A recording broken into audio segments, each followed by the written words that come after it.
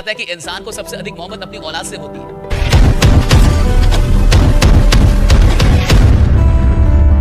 देखिए, रीजन के पीछे रीजन होता है, पर्पस के पीछे का पर्पस समझिए, ड्रीम के पीछे का रीजन क्या है। अगर इस चीज में अगर आपकी कमी हो गई या वहां पे अगर इमोशन नहीं है तो फिर आप उसके लिए उतनी मेहनत नहीं कर पाते। वहां पे कहते हैं कि मैं अवार्ड तो लेना चाहता था, लेकिन मैं अवार्ड इसलिए लेना चाहता था क्योंकि अम्मी और अब्बा दोनों ही तब तक गुजर चुके थे। तो कहते हैं कि मैं अपनी माँ को डेडिकेट करना चाहता था।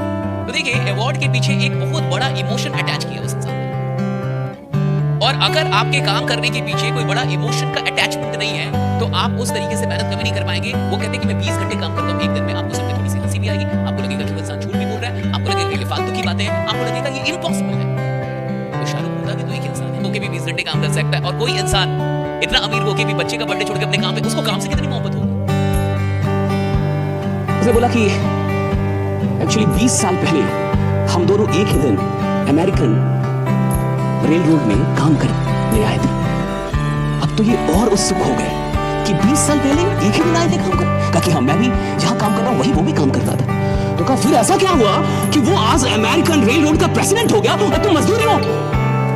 उसने बहुत बड़ी बात की, डेव एंडरसन, अगर आपको ये बात समझ में आ जाए तो शायद जिंदगी में आज आप जहां भी हैं परमात्मा के आशीर्वाद से शायद आने वाले 5-10 वर्षों में आप कहीं और होंगे, आप बहुत बड़ी ऊंचाई पे होंगे। एक बात समझ में आई, उसने कहा कि आज से 20 साल पहले जब मैं आया और वो भी आया तो मैं आया था 1 घंटे का $1.75 के काम करने के लिए, यानी 1 घंटे का $1.75 के लिए मैं काम करने आया था। लेकिन जिम मर्फी आया था तो वो $1 के लिए काम करने नहीं आया था, वो $2 के लिए काम, वो आया था अमेरिकन रेलवेज के लिए काम करने। That was the difference, that made all the difference.